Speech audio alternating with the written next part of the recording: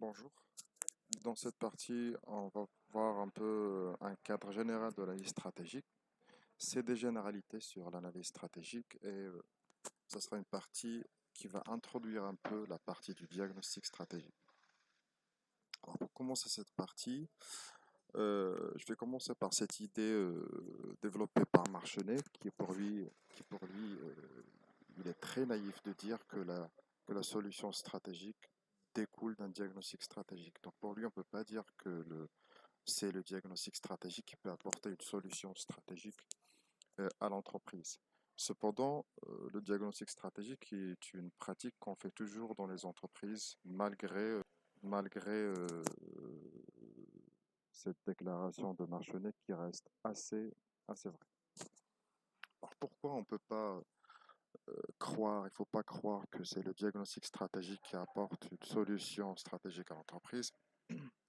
Bien parce que au fait de diagnostic stratégique ou les techniques de diagnostic stratégique utilisées par les entreprises depuis les années 60 et qui sont toujours utilisées aujourd'hui, comme un peu les outils que vous connaissez, le SWOT, les cinq forces de porteurs, les matrices ADL, BCG, les groupes stratégiques et j'en passe. Alors ce sont généralement des outils qui sont très rationalistes. Je dis pas rationnel, mais je dis des outils rationalistes. Ça veut dire qu'ils croient qu'ils sont rationnels. Ce sont des outils qui supposent que la réalité qu'ils vont modéliser, c'est une réalité modélisable, alors qu'en vérité, il ne l'est pas. Et on croit que si on met au point, ou bien on liste un ensemble d'informations, ce sont des informations qui sont nécessaires, suffisantes, alors qu'ils ne le sont pas. Donc on va dire que c'est une vision mécaniste et rationaliste et réductrice. Donc quand je parle de mécaniste ou bien de rationaliste, c'est dans le sens négatif. Ce sont des modèles qui vont faire du réductionnisme de la réalité. Par conséquent, ce sont des visions, euh, j'allais dire, qui sont fausses. Mais on fait le diagnostic stratégique quand même, et je vais même dire que ce sont des pratiques nécessaires pour mener une réflexion stratégique dans l'entreprise. C'est bien pourquoi? Parce que tout simplement, ce diagnostic stratégique, malgré ses limites mécanistes et rationalistes, reste un draft. C'est-à-dire que ce sera un schéma directeur de toute la réflexion stratégique qui va se faire dans l'entreprise. En fait, dans la réalité des choses, dans ce qui se passe réellement dans l'entreprise, euh, la réflexion stratégique est beaucoup plus intuitive qu'on ne le croit. C'est une pratique intuitive, c'est une pratique qui va essentiellement se baser sur des vecteurs beaucoup moins rationalistes que ce que proposent les modèles traditionnels ou classiques de la réflexion stratégique. Donc on va voir beaucoup plus d'agissement dans l'entreprise sur ce qu'on appelle la culture de l'entreprise, de façon à ce que la culture d'entreprise est un levier qui peut influencer le comportement des acteurs dans l'entreprise. On va agir sur des politiques très, qui sont très génériques dans l'entreprise, qui vont aussi permettre de diriger le comportement des acteurs vers une direction ou bien une autre, voire même aujourd'hui il y a des approches de type sociologique qui parlent de praxis euh, des gens qui se trouvent dans l'entreprise. Le praxis est un concept aussi sociologique et qui renvoie à la façon avec laquelle les gens se comportent d'une entreprise à une autre. Chaque entreprise, euh, par exemple, si on parle du Marocain et de l'Égyptien, par exemple, qu'est-ce qui différencie un Marocain d'un Égyptien? Eh bien, c'est le praxis. Le Marocain, il va se comporter face aux événements et aux choses avec une façon qui relate ou bien qui reflète le praxis marocain, contrairement par exemple à un Égyptien ou un Français ou un Italien. Eh bien, c'est ce praxis qui fait que nos comportements sont différents par rapport aux autres en fonction de notre système de valeurs, système de croyances et de notre culture. Eh bien, dans l'entreprise de façon générale, quand on parle de véritablement de fabrique de la stratégie ou de travail stratégique, eh bien, ce sont ces éléments qui entrent en jeu beaucoup plus que le diagnostic stratégique formel, classique, genre analyse SWOT, matrice BCG et j'en passe. Mais malgré cette idée que nous avons présentée ici, il ne faut pas croire que le diagnostic stratégique classique, avec les outils rationalistes, n'est pas praticable. Il est praticable, mais tout simplement en tant qu'élément d'aide à la réflexion, il permet de mettre un cadre général de réflexion, il permet de démarrer la réflexion dans l'entreprise, et après les choses sérieuses vont suivre de soi. Rajoutons à cela, à ce que nous venons de présenter maintenant, une deuxième idée. C'est une idée qui a été développée par Mintzberg, puisque c'est l'auteur qui a porté le plus de critiques au modèle rationaliste de l'analyse stratégique. C'est lui qui a un peu attiré un peu l'intention du public vers l'insuffisance des modèles de réflexion rationaliste. Eh bien pour lui, il fait la distinction entre la stratégie délibérée, ce qu'il appelle stratégie délibérée, et la stratégie émergente. Euh, la stratégie délibérée, c'est la stratégie que le dirigeant d'entreprise ou bien les dirigeants d'entreprise vont mettre au point de façon consciente. Ils vont concevoir une stratégie de façon consciente, mais la stratégie réalisée ne peut pas être réduite à la stratégie délibérée. Pourquoi? Parce que tout simplement, quand on va développer une stratégie délibérée, eh bien par la suite, il y a une stratégie émergente qui va s'ajouter à la stratégie délibérée pour donner à la fin une stratégie réalisée. Eh bien cette stratégie émergente, c'est ce qui va émerger dans le travail stratégique et qui n'a pas été planifié au début de façon consciente par les acteurs. C'est pour cela que jamais le diagnostic stratégique ne renvoie de façon mécaniste à la réflexion de façon générale. Eh bien pour lui, il y a une stratégie émergente qui va émerger chemin faisant tout au long de la réflexion stratégique. Eh bien, la décision stratégique en fin de compte ou en fin d'analyse, c'est quoi? C'est beaucoup plus, c'est vrai, du diagnostic stratégique formel, genre analyse SWOT, mais c'est aussi du praxis du groupe social, c'est aussi de la culture et c'est aussi la vision du dirigeant. Donc, ce qu'on appelle la décision stratégique finale, c'est une interaction entre ces éléments que nous venons de présenter.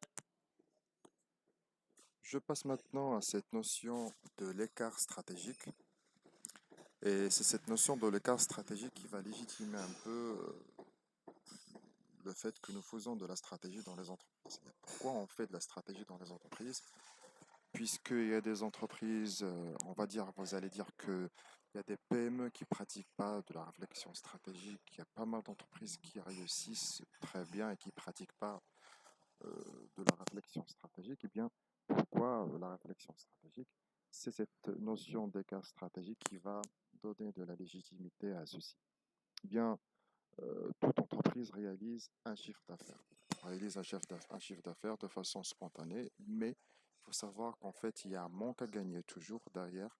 Un manque à gagner, il y a un écart stratégique. C'est ce que l'entreprise aurait pu gagner si elle avait fait une réflexion stratégique, si elle avait mené de la réflexion à ce sens.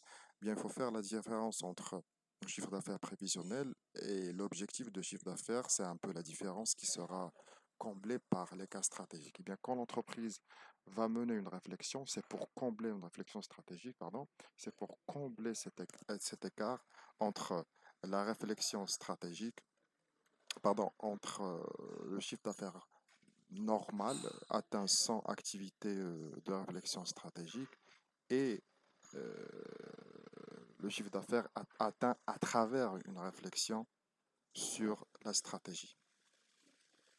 Eh bien, pour combler les cas stratégiques, on a des choses. Comme vous le savez, ce sont des choses que vous connaissez déjà. Eh bien, pour combler les cas stratégiques, généralement, l'entreprise va faire deux choses. D'abord, comprendre ce que le marché veut. Et deuxièmement, connaître ce que l'entreprise est capable d'apporter à ce marché. Qu'est-ce que le marché désire ou à quoi il s'attend et qu'est-ce que je dois apporter à ce marché. Eh bien, l'intersection entre ces deux éléments, c'est le point de départ de toute la réflexion stratégique. Donc l'intersection entre ces deux, dans ce point d'intersection va émerger toute la réflexion stratégique. Et déjà, on va voir un peu le modèle SWOT qui va se faire dessiner dans l'horizon, puisque c'est le modèle SWOT ou le modèle LCAG, comme on l'appelle, qui va donner, ou bien confronter entre ces deux points, l'attente du marché à travers les opportunités et les menaces, et ce que l'entreprise peut apporter, c'est la confrontation entre les points forts et les points faibles. Donc du coup, qu'est-ce qui arrive dans la réalité? Par exemple, une entreprise dans un instant T qui travaille sur un triplé donné produit, marché, technologie. Donc elle a un produit qu'elle vend sur un marché et qu'elle elle maîtrise une seule technologie. Après, il veut combler l'écart stratégique potentiel. Donc il veut réduire son manque à gagner. Ce qu'elle va faire, par exemple, elle va se diversifier en intégrant un nouveau produit ou elle va s'internationaliser en intégrant un nouveau marché. Donc il n'aura plus le premier triplé produit marché initial. Donc, une fois il va agir sur son triplé stratégique, il y a euh, une réflexion stratégique qui va démarrer.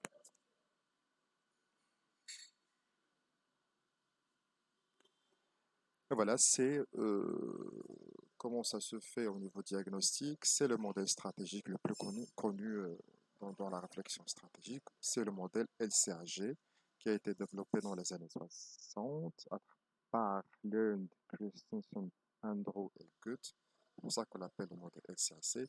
Et ce n'est rien d'autre que le modèle SWOT. Le modèle SWOT, comme vous le savez, c'est la confrontation entre l'analyse externe, qu'est-ce que demande le marché, avec une analyse interne, qu'est-ce que peut apporter l'entreprise. Alors, pour répondre à la question qu'est-ce que peut apporter l'entreprise, ça revient à donner une réflexion, bien une réponse à quelles sont les capacités de l'entreprise, ses forces, et quelles ne sont pas ses capacités, qu'est-ce qu'il ne peut pas faire. Pour le marché, c'est la confrontation entre l'opportunité et les menaces. Après, on a un recensement et évaluation des possibilités d'action, hein. On a un peu les possibilités d'action possibles, puisqu'on sait ce que pourra faire l'entreprise et à quoi on doit s'attendre dans le marché.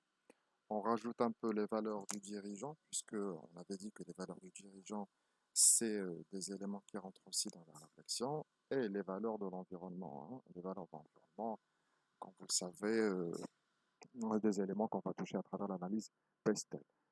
Tout ça, c'est les choix stratégiques qui vont découler et les politiques fonctionnelles qu'on va exécuter pour atteindre nos choix stratégiques.